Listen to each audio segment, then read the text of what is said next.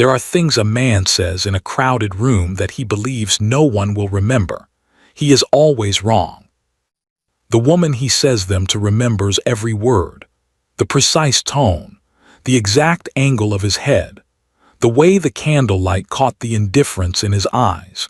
She carries it home with her like a stone in her pocket, and it is still there in the morning and the morning after that and every morning for the rest of her life. The Duke of Marath said 4 words to Viola Ashby on the evening of the 15th of October, at the Grantham Autumn reception, in a room full of people who were pretending to talk to each other while actually watching everyone else. He said them quietly. That was the part she would remember longest, not the words themselves, but the quietness.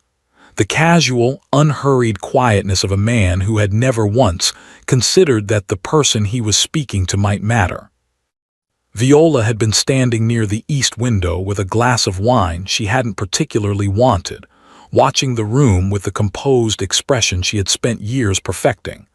The one that said, "I am exactly where I intend to be," in a voice that cost her nothing and gave nothing away. She was wearing her good dress. Her only good dress, technically, though that was not a distinction she advertised. It was pale blue, well-made, 4 years old, and she had pressed it herself that morning on the kitchen table because there was no longer anyone else to press it. The Duke passed her on his way to somewhere more important.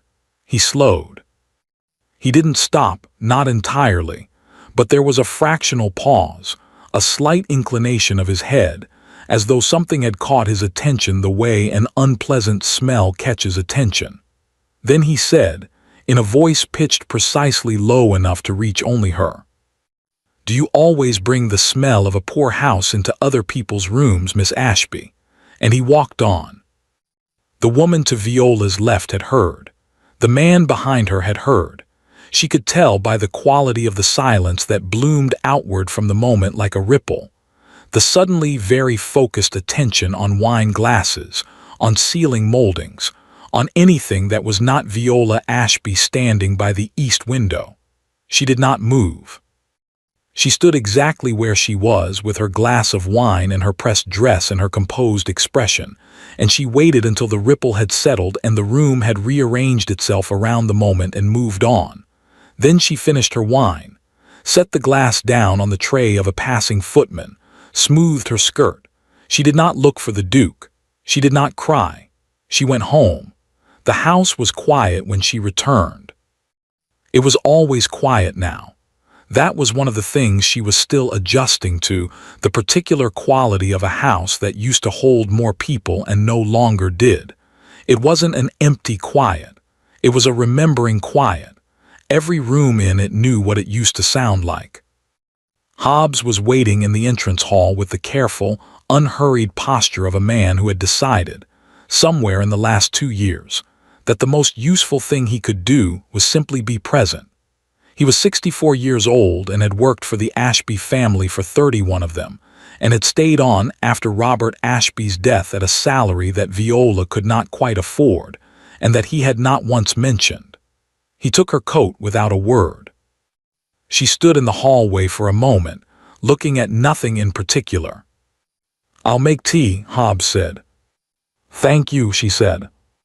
She went to the small sitting room, the one they still used, the one with the fireplace that drew properly, and sat in the chair nearest the grate and looked at the fire. It was a modest fire. She had become quite skilled in the past 2 years at modest fires. You learned the exact amount of coal required to heat a room to the precise temperature of acceptable without crossing into wasteful, and then you stopped thinking about it. She had learned a great many things like that. Hobbs brought the tea, set it on the table beside her, did not ask about the evening. This was one of the things she valued most about him, his absolute refusal to ask the questions that would require her to answer them. He had been there the morning after her father's solicitor had come with the full accounting of the debts. He had made tea then too. He had not asked a single thing. She poured her cup, held it, the smell of a poor house. She turned the phrase over in her mind the way you probe a sore tooth, carefully, deliberately, to understand the precise dimensions of the damage. It was a cruel thing. She was not naive enough to pretend it wasn't. But cruelty came in many forms, and she had learned to categorize them. There was the cruelty of people who didn't know they were being cruel, which was almost forgivable. The cruelty of people who knew and didn't care, which was ordinary. And the cruelty of people who knew, cared, and chose the exact word that would land in the exact place that would hurt the most. The Duke of Marath was not a stupid man, which meant he had known exactly what he was doing. She drank her tea. She had met James Marath twice before the reception. Both times briefly, both times in rooms larger than conversation allowed. She had formed no particular impression of him except that he was tall, that he spoke rarely and expected to be listened to when he did, and that he had the particular quality of self-possession that came not from ease but from never having been made to feel uneasy. She understood that quality. She had worked very hard to manufacture a version of it herself. The difference, she supposed, was that his had come free of charge. The Marath estate was 3 miles from the village.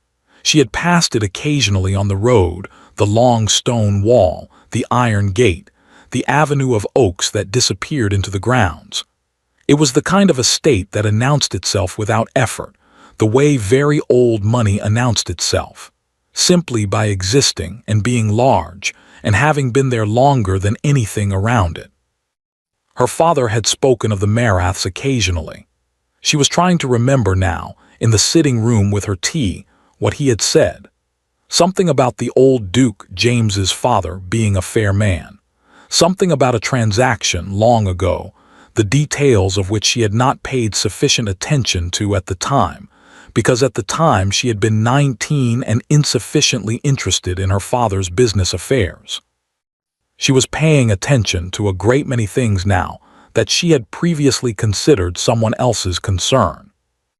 The Duke of Marath, she learned over the following weeks from the particular social information network that operated invisibly but efficiently through every drawing room in the county, was 38 years old, unmarried, and considered an excellent match by every family with a daughter of appropriate age. He was also considered by the same families to be somewhat difficult, exacting, the sort of man who noticed everything and commented on whatever he found deficient. This was said, she observed, with admiration. She filed this information away without particular comment. She went to the events she was invited to because not going had its own costs, the gradual social attrition that happened to women who withdrew, the way absence was interpreted as shame, and shame as confirmation of whatever story the room had already decided to tell. She went, and she wore her good dress, and she performed the composed expression, and she spoke to people who spoke to her and did not speak to people who didn't. The Duke of Marath was at 3 of these events. She did not avoid him. Avoidance implied effort, implied awareness, implied that he occupied enough of her attention to require management. She simply did not seek him out. When he was in a room, she knew where he was the way you know where a piece of furniture is in the dark, not by looking, but by the shape of the space around it. He was always, she noticed without intending to notice, also aware of where she was. She chose not to examine this. It was Mrs. Alderton who said what no one else had said. Helena Alderton was 71 years old, had been widowed for 20 years, owned her opinions outright and apologized for none of them, and had taken what she described as a sensible interest in Viola since Robert Ashby's death. She had no daughters of her own. She had no patience for pretending that rooms were nicer than they were. She found Viola at the Pemberton card evening, and sat beside her with the directness of a woman who had long since stopped performing a rival. "I heard what he said to you at the Grantham reception," she said. "No preamble, no softening. I want you to know that I heard it, and that every person within 12 feet of you heard it, and that not one of them has forgotten it." She looked at Viola steadily. "I also want you to know that you handled it with more grace than the occasion deserved." Viola looked at her. "Thank you, Mrs. Alderton." "I'm not complimenting you," the old woman said. I'm informing you there's a difference. She picked up her cards. He was wrong to say it. He knows he was wrong to say it. Men like that always know. They simply calculate that the knowing costs them nothing. Whether he will ever do anything about the knowing is a separate question. She arranged her hand with the precise attention of a woman who played to win. I thought you should understand the full picture. Viola considered this. And what is the full picture? That you have more allies in that room than you think, Mrs. Alderton said, and that he has fewer friends than he believes. She looked up briefly. Now, do you play whist? She found the box on a Tuesday. She had been clearing the small study at the back of the house, the room that had been her father's, the one she had left untouched for the better part of 2 years because some rooms require a certain distance before you can enter them practically. She was being practical now. There were things in it that could be sold, things that could be sorted, things that had been waiting long enough. The box was at the back of the lower desk drawer, beneath a stack of old correspondence that she had set aside to read later. It was a plain wooden box, the kind used for documents, with a small brass latch. Her father's initials were stamped on the lid. She set it on the desk. She looked at it for a moment. Then she put it with the other things she was setting aside, closed the drawer, and went to make her own tea because Hobbs had gone to the village. She did not open it, not that day. That night she lay in the dark and thought about nothing in particular, which was the method she had developed for thinking about everything at once without any of it becoming unbearable. The house settled around her.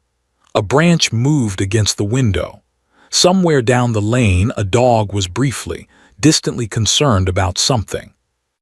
She thought about her father, about the way he had said the Maraths, not dismissively, not with resentment, but with a particular quality she couldn't name now, something between respect and something else, something that might have been history. She turned over. She thought, I should look at those papers. She thought, not yet. She slept. In the morning the box was still on the desk where she had left it, exactly as she had left it, waiting with the patient permanence of things that contain information you are not yet ready to have. She made her tea. She sat at the kitchen table. She did not open it, but she did not put it away either. The Duke of Marath sent a calling card 3 days after the Pemberton card evening. Viola found it on the hall table when she came downstairs, placed there by Hobbs with the careful neutrality of a man who had opinions he was not sharing. It was a standard card, heavy cream stock, engraved name, no message. The kind of card that said I called without saying anything about why. She picked it up. She put it in the top drawer of the hall table. She went about her day. He called again on Thursday. She was in the back garden when Hobbs came to find her, attempting to do something useful about the state of the kitchen garden, which had developed opinions of its own over the past 2 seasons, and was no longer entirely accepting of outside authority. She had dirt on her gloves and a realistic assessment of how much of this she was going to be able to manage alone. The Duke of Marath, miss, Hobbs said. She straightened up, looked at him.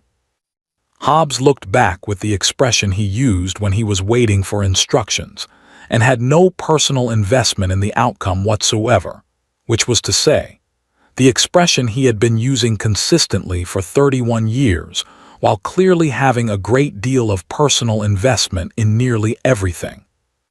Tell him, Viola said, that I don't recall the conversation he's likely here to discuss. Hobbs considered this, and if he asks what conversation, then he'll know I mean it, she said. She went back to the garden. Hobbs went back to the house. She heard distantly the front door, then the quiet that meant he had gone. She pulled up a weed with more force than strictly necessary. He sent another card on Friday, and one the following Monday. By the end of the 3rd week, there were 7 cards in the top drawer of the hall table. Viola had developed a habit of opening the drawer every few days and looking at them, not to count them exactly, but in the way you check on something that you've decided not to act on, to confirm that you've still decided. She had still decided. The social calendar in November was, as it always was, relentless in the way that November required, a closing in of drawing rooms and card tables and afternoon calls, the county folding inward on itself, as the weather made the outdoors inadvisable, and everyone who had spent the summer pretending to prefer fresh air now rediscovered their tolerance for other people's sitting rooms. Viola attended what she was invited to. She wore her good dress. She performed the expression. The Duke of Marath attended most of the same events. She had expected this to be awkward. It was not awkward. Awkwardness required both parties to acknowledge the thing between them, and Viola had decided, with the quiet precision she applied to most things that needed managing, that there was no thing between them. There was a remark he had made. There was her drawer full of calling cards. There was occasionally the awareness of him at the far end of a room, tall, composed, watching something she was fairly certain was her without ever quite catching him at it. None of this was a thing. She was a woman with a modest fire and a kitchen garden with opinions. She did not have the resources for things. It was at the Whitmore dinner that she laughed. She hadn't intended to, or rather, she hadn't calculated it. Mrs. Alderton had said something about a mutual acquaintance's new hat that was so precisely, devastatingly accurate that Viola had laughed before she'd finished hearing it. A real laugh, not the polished social version, the unguarded kind that surprised you on its way out. She didn't notice the Duke. She didn't notice him stop mid-sentence in his conversation with Lord Pemberton.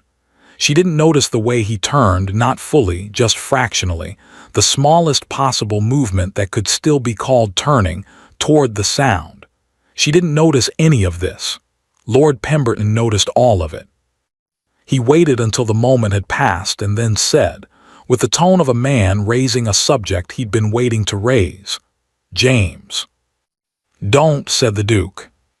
"I haven't said anything." "You were about to." Pemberton picked up his wine. "I was going to say that she has a remarkable laugh." "Pemberton." "And that I haven't heard you laugh like that in." "I wasn't laughing." "No," said Pemberton pleasantly. "You weren't, that was rather my point." He drank his wine. "You were cruel to her at the Grantham reception, in front of 30 people." The Duke said nothing. "I know you know that," Pemberton said. "I'm not telling you something you don't know. I'm telling you that the knowing on its own is not sufficient." He set his glass down. "Fix it, James." "She won't receive me." "No," said Pemberton. "She won't." He looked across the room to where Viola was now speaking with apparent contentment to an elderly gentleman about something that seemed to be genuinely interesting to both of them. "That should tell you something." "It tells me she has every right." "It tells you," Pemberton said, "that she is not waiting for you to fix it for her own sake. She has already managed perfectly well without your acknowledgement." A pause. "The question is what you intend to do about it for yours." The Duke looked at him. Then he looked across the room. Viola was not looking at him. She was listening to the elderly gentleman with the full, genuine attention she apparently brought to everything, the kind of attention that made whoever had it feel that they were the most interesting person in the room. The Duke had noticed this about her before. He had been noticing it with increasing and somewhat inconvenient frequency for 7 weeks. He picked up his wine. He said nothing, but he didn't look away. He called on a Wednesday in December, in the mid-morning, without sending word ahead. Viola was in the small sitting room with the household accounts, the quarterly reckoning that she performed with the concentrated focus of someone diffusing something, when Hobbs appeared in the doorway. "The Duke of Marath, miss." She did not look up from the page. "Is he?" "At the front door, in person." A pause. "He appears to have walked from the road." She set her pen down. She looked at the numbers in front of her. The coal column, the grocery column, the column she had labeled miscellaneous because it was easier than the alternative labels, which were pride and maintenance of the fiction that everything is fine. "Tell him," she said, "that I don't recall." "Miss Ashby." Hobbs's voice was gentle, which was the voice he used when he thought she was wrong and was too loyal to say so plainly. "He's been standing in the cold." She looked at him. He looked back with 31 years of quiet opinion. She picked up her pen, put it down again, looked at the window, which showed a gray December morning and the bare branches of the elm that needed attention. "Tell him," she said, "that I am engaged this morning and cannot receive callers." Hobbs went. She heard the front door. She heard very faintly his voice, low, unhurried, the voice of a man who had prepared for this. She could not make out the words. Then quiet. Then Hobbs again in the doorway. "He left a card," Hobbs said. "He was holding it. He looked at it briefly before placing it on the table beside her. He also said," a pause, "he asked me to tell you that he would come back, every day if necessary, until you'd allow him 5 minutes. Viola looked at the card. "He won't," she said. "No, miss," said Hobbs in the tone he used when he disagreed completely. "He came back on Thursday, and Friday, and the following Monday, Tuesday, and Wednesday. On Thursday of the second week, which brought the total to 8 consecutive visits, none of which she had received. Viola put on her coat and her good gloves and walked to Mrs. Alderton's house, which was 20 minutes on foot, and which she needed 20 minutes on foot to reach in the condition she was currently in, which was not a condition she intended to describe to anyone, including herself. Mrs. Alderton opened the door herself, looked at Viola's face and said, "Come in, I'll put the kettle on." They sat in the old woman's kitchen, which was warm in a way that the Ashby sitting room was not quite managing this week, and drank tea, and Viola said nothing about the Duke for a long time, and Mrs. Alderton did not ask. Eventually Viola said, "He keeps coming." "Yes," said Mrs. Alderton. "I keep not receiving him." "Yes. I don't know what he wants." Mrs. Alderton looked at her over her teacup with the expression of a woman who knew exactly what he wanted and considered it Viola's own business to figure it out. "Don't you?" "I know what he thinks he wants," Viola said. "He wants to apologize. He wants to feel that he's done the correct thing. He wants the account settled." She turned her cup in her hands. "That's not the same as what he wants." Mrs. Alderton was quiet for a moment. "No," she said, "it isn't. I'm not interested in settling his account." "Of course not." The old woman set her cup down. "But I wonder if you've considered that he may have come to the same conclusion." She looked at Viola steadily. 8 consecutive visits is not a man settling an account, my dear. A man settling an account sends a letter. Viola looked at the table. She thought about the drawer, the 7 cards, 9 now, that she had not thrown away. She had not examined why she had not thrown them away. She had not thrown them away because there was no particular reason to throw them away. That was all. The drawer had space. "He was cruel," she said. "Yes," said Mrs. Alderton, "he was. 1 visit doesn't, 9 visits don't." "No," the old woman agreed. "They don't. Nothing undoes it." A pause. "But the question of what a person does after they've done something they cannot undo is, I've always thought, the more interesting question." She looked out the kitchen window at the gray December garden. "Your father was a great believer in that question." Viola looked up. "He and Robert Ashby spoke occasionally," Mrs. Alderton said, and something in her voice shifted slightly, the way voices shifted when they were approaching something true. "Your father was a man who understood the difference between what people did and what they were capable of. He was very patient with that distinction." She picked up her cup again. "I always admired it." Viola said nothing. She thought about her father, about the box on the desk that she had not opened. She drank her tea. She received him on a Friday. Not graciously, she would not call it gracious. She told Hobbs to show him to the sitting room, and she finished the paragraph she was reading, and then she went. He was standing when she came in. He had not sat, had not, apparently, even considered sitting, which she noted without comment. He was holding his hat in both hands with the constrained, effortful stillness of a man who was not accustomed to not knowing how a room would go. Good, she thought. She sat. She did not invite him to. He sat anyway, after a moment, across from her, with the expression of a man who had prepared a speech and was now reconsidering every word of it. She waited. "Miss Ashby," he said. "Your Grace," a pause. "I said something to you at the Grantham reception," he said. He stopped, started again. "That was designed to diminish you in a room full of people. It was calculated and it was wrong, and I have been unable to." Another stop. His jaw tightened slightly. "I am not practiced at this." "No," she said, "I imagine not." He looked at her. "I am sorry for what I said, not for the form of it, not the social version, genuinely." The room was quiet. The fire was modest. The curtains were 4 years old. Outside, the elm needed attention. Viola looked at this man, at the uncomfortable, effortful sincerity in his face. The thing he was doing that was clearly costing him something. The hat still turning slightly in his hands. And she thought about what Mrs. Alderton had said. The more interesting question. "Thank you, Your Grace," she said. She stood. He blinked. "That's—" "I appreciate you coming," she said, repeatedly. The smallest pause. "Hobbs will show you out." She left the room. She stood in the hallway and listened to the quality of the silence from the sitting room. The silence of a man who had not gotten what he came for and was determining what to do about that. And she felt, for the first time in 2 months, something that was not entirely unpleasant. She went upstairs. She sat at the small desk in her room. After a long moment, she opened the top drawer, took out the 9 calling cards and looked at them. She put them back. She did not throw them away.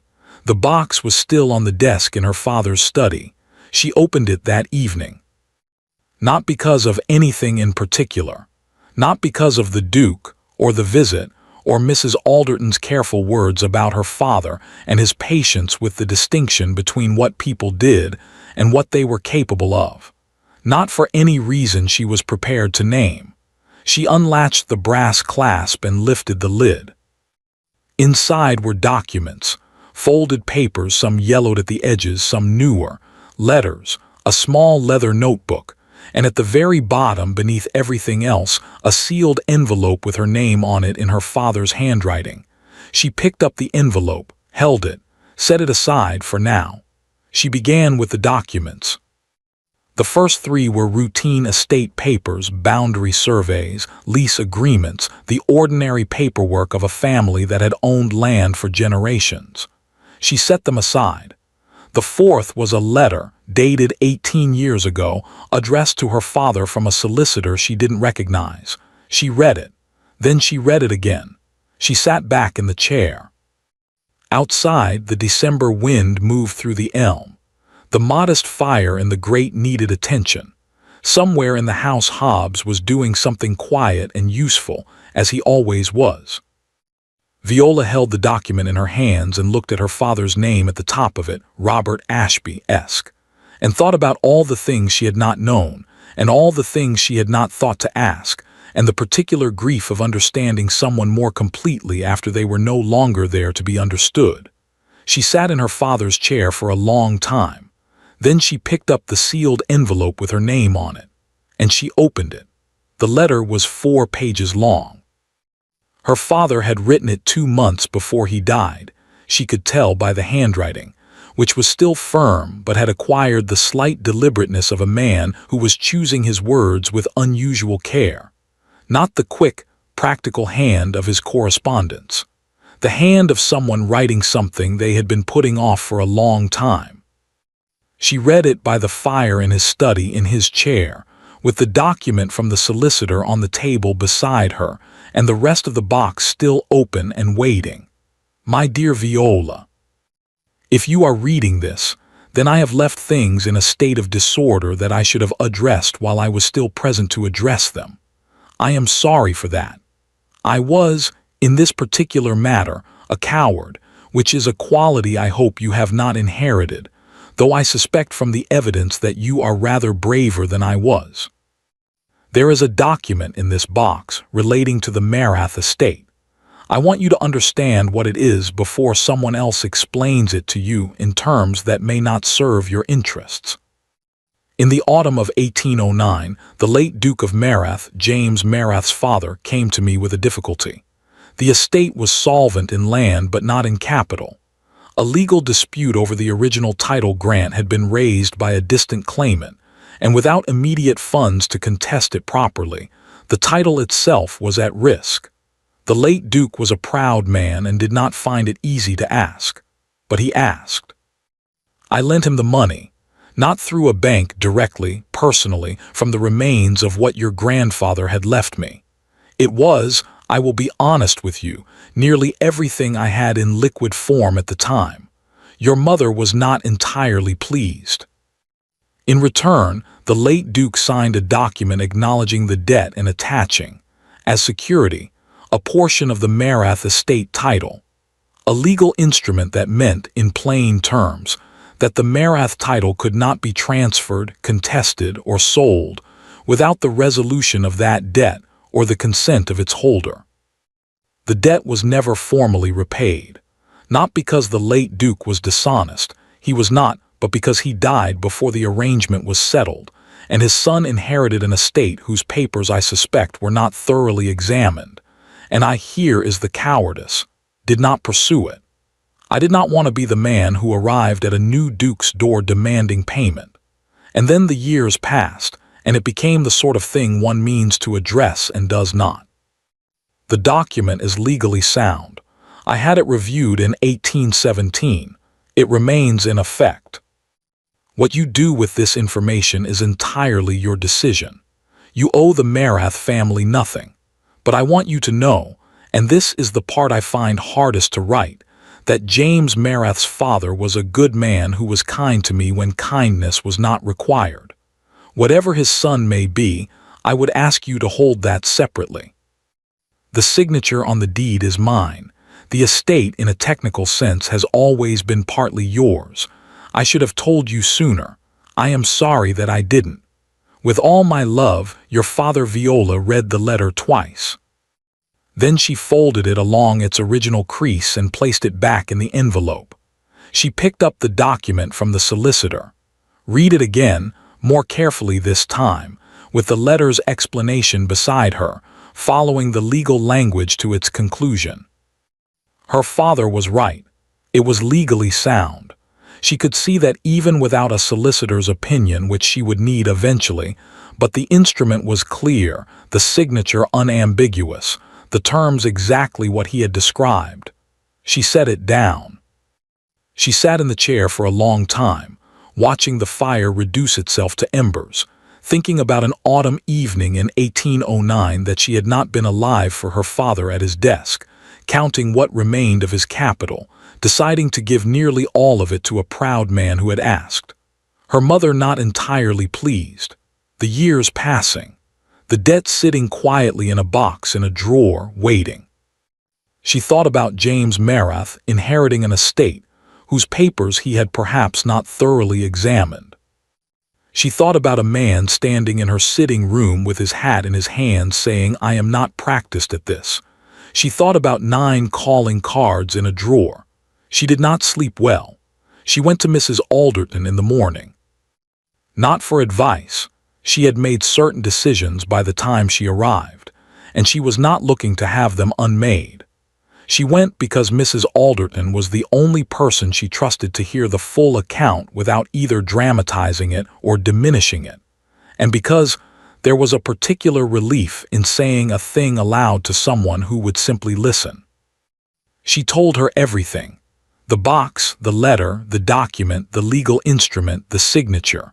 Mrs. Alderton listened without interrupting, which was one of her better qualities. When Viola had finished, the old woman was quiet for a moment. "Does he know?" she said. "I don't think so.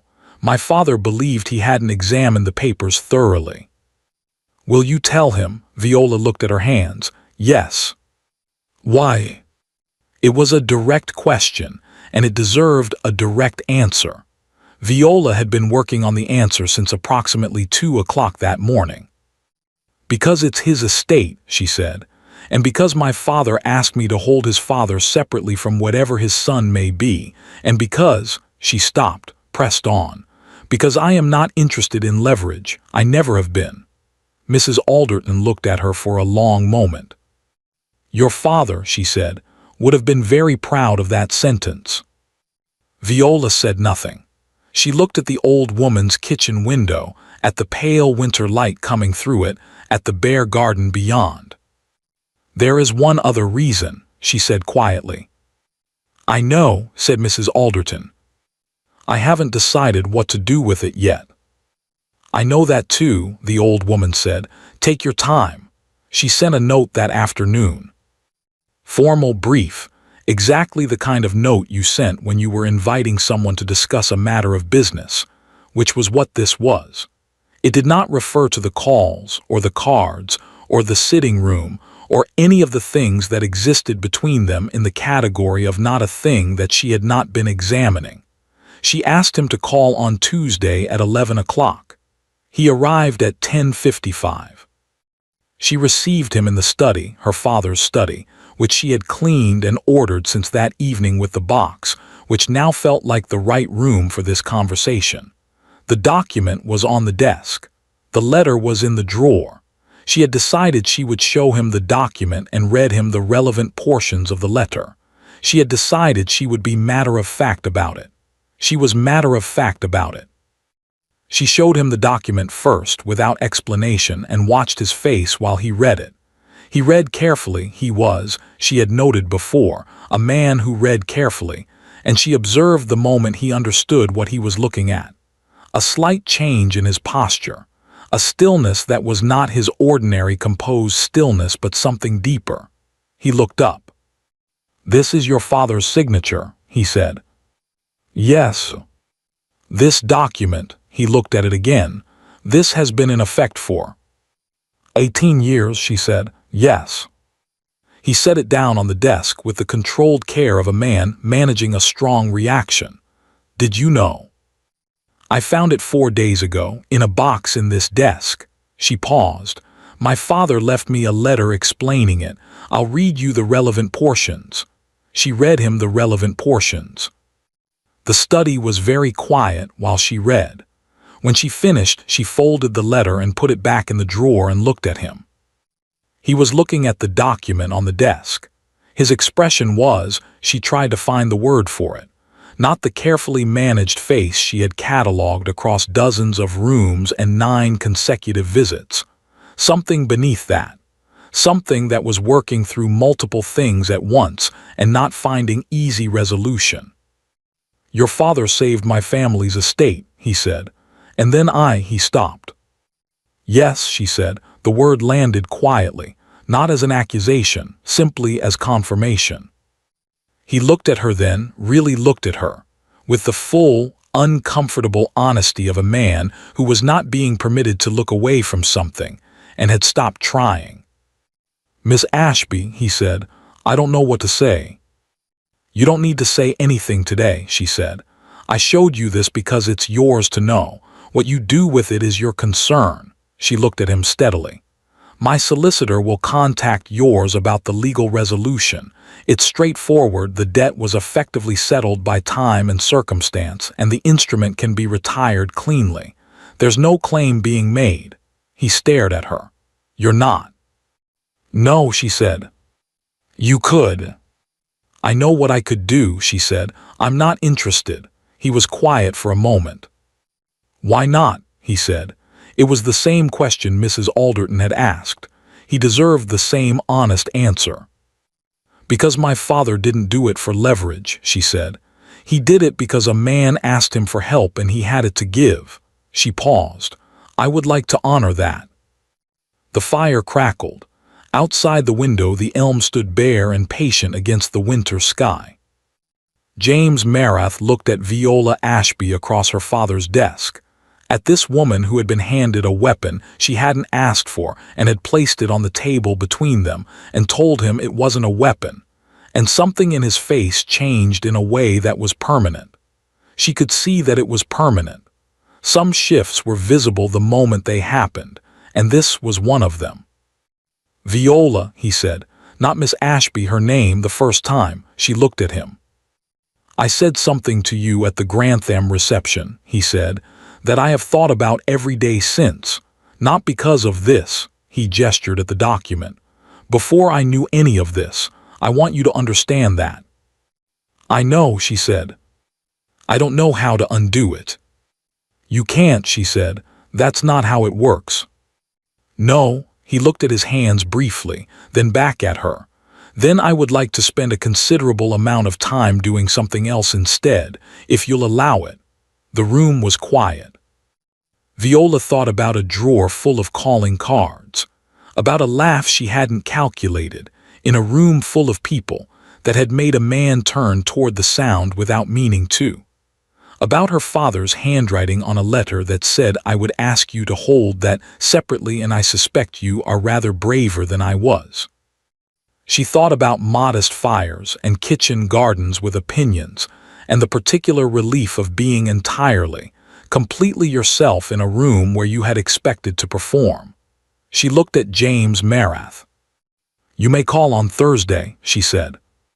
Something moved through his expression, not quite a smile, but the architecture of one, the possibility. "Thursday," he said. "At 11 o'clock.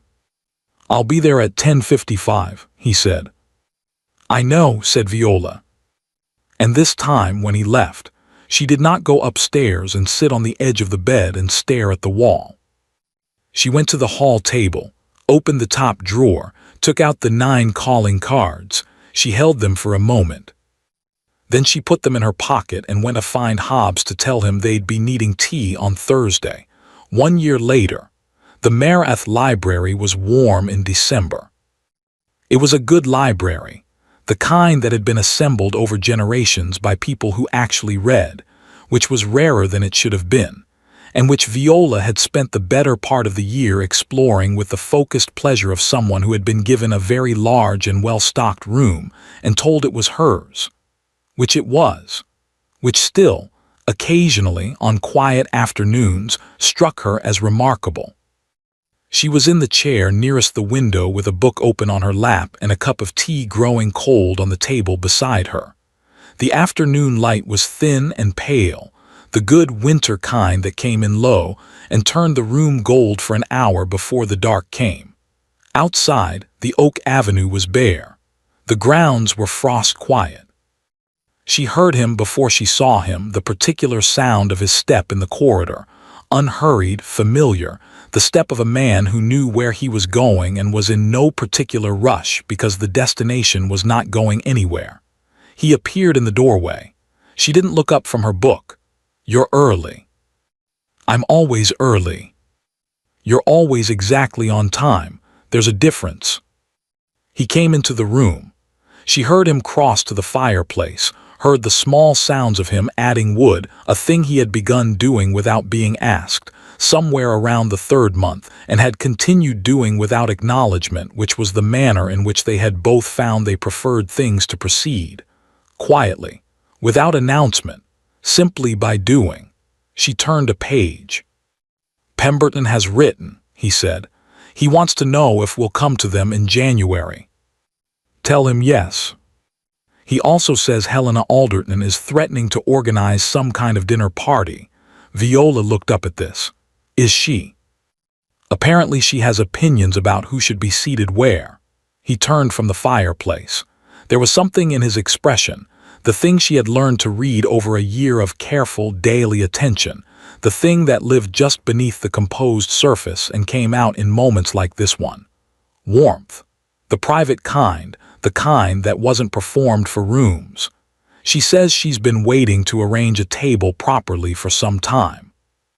Viola considered this. "Tell her she can arrange whatever she likes, but the seat at the head is mine." He looked at her. "You married a strategist," she said.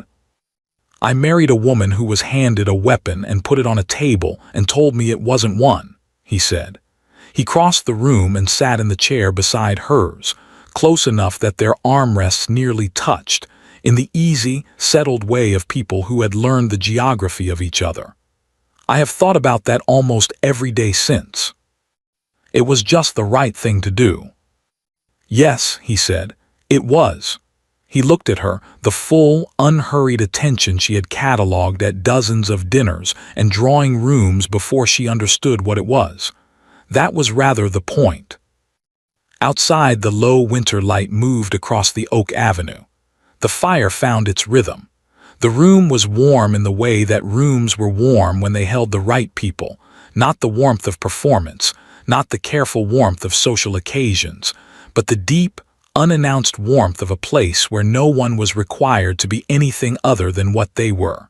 Viola's tea was cold. She drank it anyway. James reached over and took the cup without a word, stood, went to the small table by the door where the pot was kept and poured her a fresh one, set it back beside her, sat down again. She didn't thank him. He didn't expect her to.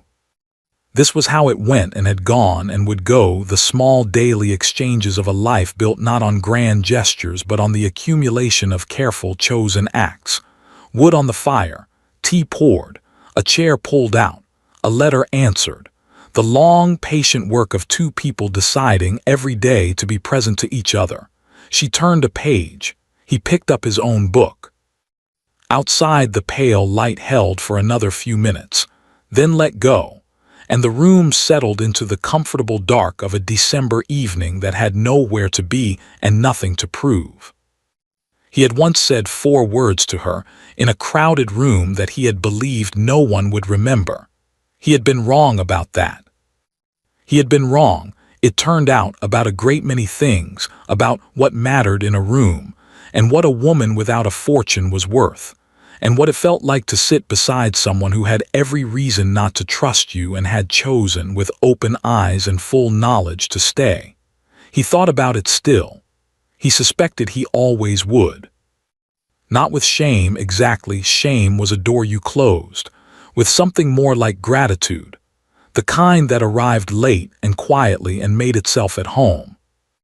Thank you for listening to the story all the way to the end. If you enjoyed this Duke story, let us know where you're watching from in the comments.